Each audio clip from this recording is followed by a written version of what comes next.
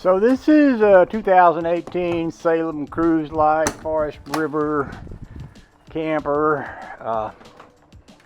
It has an air conditioning and heater unit up here, which is got a big box on top of it.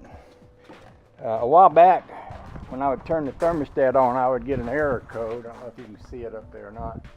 The error code was saying my thermostat wasn't connecting with my heater, so I priced what it would. Well, I put a new thermostat on there and it still got the same error code. I had a heat and air conditioning man come over and he said he didn't know, and looked online what it would cost to replace the whole thing. It's about $1,700, and I just thought, dang. And then I said, dang again, because I knew from having a portable air conditioner in my garage, you can get one like this for a lot less, and it's not that much trouble to use. About all you need is a place to plug it in, a place to vent where the water can drain out, because air conditioners do create water from condensation, and a place to vent the hot air out through a hose. It looks like this.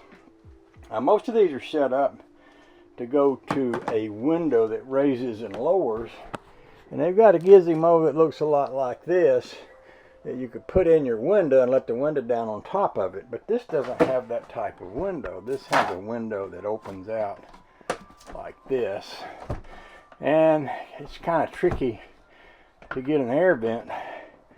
But on this thing on the side of the bed, there's these cabinets, and what's behind this cabinet is the storage space that you can get to by opening that little door on the side of the camper. I'll just push this back.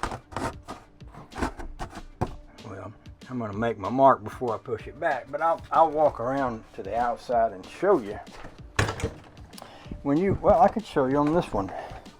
You open this cabinet door, and what you have in there is the part of the camper. See, that's the door that opens to the outside, and the bed folds down back in there, and there's some storage space. But this isn't a very good place to put stuff, but it's a pretty nice place to vent this air conditioner out. In fact, I could make a hole in the floor to vent the water out. I could run my pipe right out of here and right through this, and then vent that pipe right down through the floor there. See, this goes on the back of here, and then this pipe comes through that, and then I could dump the pipe out onto a mount on the floor behind that. And then I could also, instead of trying to plug this wire in up here, I could run that wire through there and run a wire to some other place in the camper to get me some 110 to run my air conditioner. I know for a fact, if I'm not going to be using that air conditioner, then there's a 110 power line that goes up to it. And I could, if I wanted to get tricky, pull from that line, or there's a plug-in on the outside of the camper, and I could just run a drop cord from there to over here and use that. But one way or another, I can get power, I can get a place to vent, I can get a place to drain the water, and for under $300, I'll probably have a better air conditioner than I had before.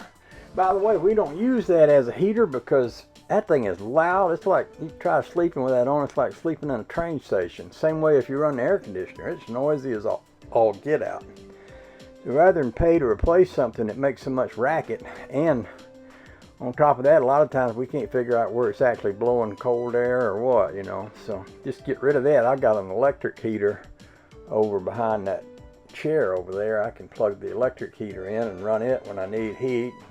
I can run this thing when I need cold. And if this ever goes bad, or the electric heater goes bad, it won't cost much to put a new one in.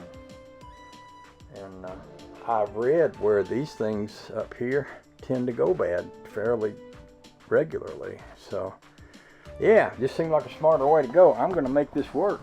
When I get through, I'll show it to you, and then we can talk about it if you want to.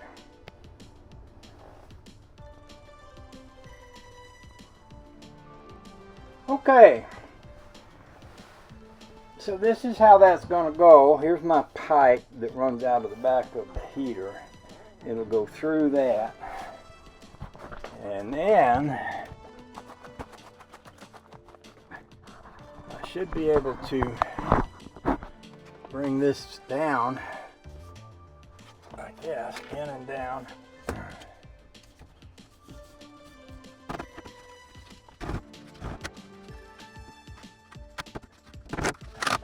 And then go through the floor right there. Now I've got a beam somewhere, oops, right exactly on top of where that's sitting right now. So I would need to move it either forward or backward a little bit, but I can do that in order to hit that like I want to. See, the edge of that steel beam is right, literally right here. So if I come back with this thing by this much, I got plenty of hose. I like this hose better than I like the hose on the one that I have up in the garage. Another way to go is to move this up that far. Put it right there. That would work too, I think. As long as I'm missing the place where the beam is, I can make that work too. Yeah. I go get that little piece that goes on that. See, this piece goes on this piece.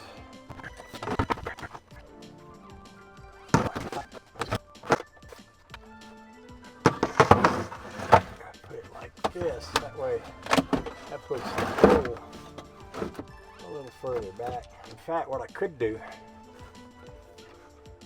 is just cut this so that this will slide up in there. Put this hose back up here. Like if I was to take this piece here is a little thing to close it up.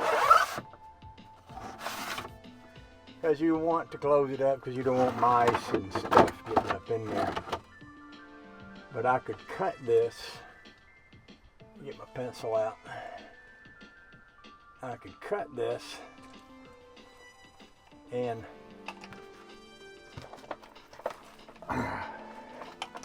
still find a way to make that work. If I cut it right there,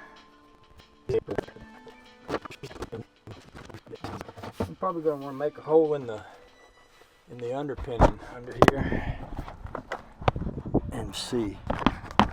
Because I got a feeling there's nothing there but floor.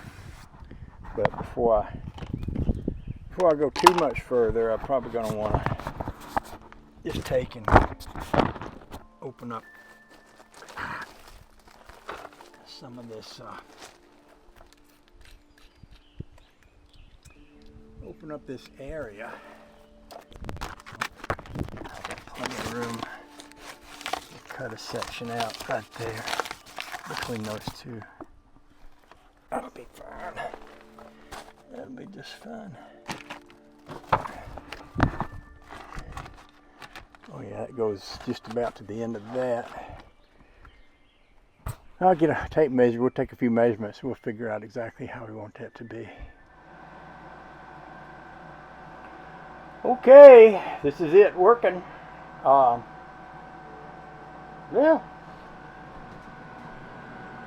Cold air. I'll go outside and show you. I hadn't finished buttoning everything up, but I will. But I'll show you what it looks like so far. By the way, this thing opens and closes, so when it's out, see the grass dancing down there? That's from the heat blowing out, and when we're not wanting that to be open, I just push this in. I will trim this off so that it pushes in, pulls out at the right amount. But I raise this up. So I put a little fake wall in there to leave a little room so that I could collapse that pipe if I wanted to. And then I ran the pipe down through the floor. got it hooked into the original little piece of connection that came with it there. And what I'll do tomorrow, I'll come down here and I'll brace up that little fake wall that I put in there, and I'll putty around that so the air won't come in through that. And see, the way this is set up is this door is open, this closet door is open, so when I'm not using this, I can disconnect it. I can turn it off, disconnect it, take this hose off, that just slides right off. There's a water drain down on the bottom, and pull that water drain. Then I can close this door, and then we can roll this around, set it out of the way somewhere. I took this door off because I was originally thinking about putting it in there, but it didn't seem to make as much sense as putting it down here. So I'll put that door back on and that latch back on, and that door I never did take off down there, so it'll be, you know, like I say, when we're not using it, all I got to do is roll that out of the way. Yeah, I think that'll do. I think that'll do just fine. Oh, the joy. Okay, to sum it up, when this heating and air conditioning unit went bad, rather than replace it at the cost of $1,400 to $1,700 plus the price of having someone put it in, I replaced it with this for less than $300. It is what's called a portable air conditioner. I'll give you the link to it on eBay. And I vented it out. Just opened the cabinet door. I put a piece of plywood behind it there. Put my vent through that, sealed up around it. Put my floor vent down there. And I've got it on a tube that's connected solidly so it shouldn't leak. In the wintertime, if I don't want this in here, I can disconnect the two connections and push them back in there and close this cabinet door, and it'll look just like it looks normally. Also, in the wintertime for heat, I use this little heater right here, which is not at all expensive. This was another one of those one of those Amazon purchases. You might can read a name on that. I don't have my glasses on, but maybe you can. But here you go, Lasco. When we were in Virginia and it was 6 below, this heater worked better than this furnace. That was back when the furnace was still working. Now it doesn't work. And when that furnace ran, it was ridiculous loud and not that effective. I feel like I'm going to be a lot happier with that and with this than I was with that. And I saved myself a ton of money too. I hope you're having a nice day, and if you're not, get over it. By the way, I suppose I could show you what's outside of here, because as you know, that has to vent down through someplace. So what I did was vented it down through an outside little compartment here. There's my vent hose right here. This is something that I can close when we're not using it, and I can open it when we are using it. This is my water vent. I'm going to probably attach it. Not that I much need to, but I might, just for good measure, somewhere. Anyway, there's all of that. I hope y'all are having a nice day wherever you are. If you're not, get over it.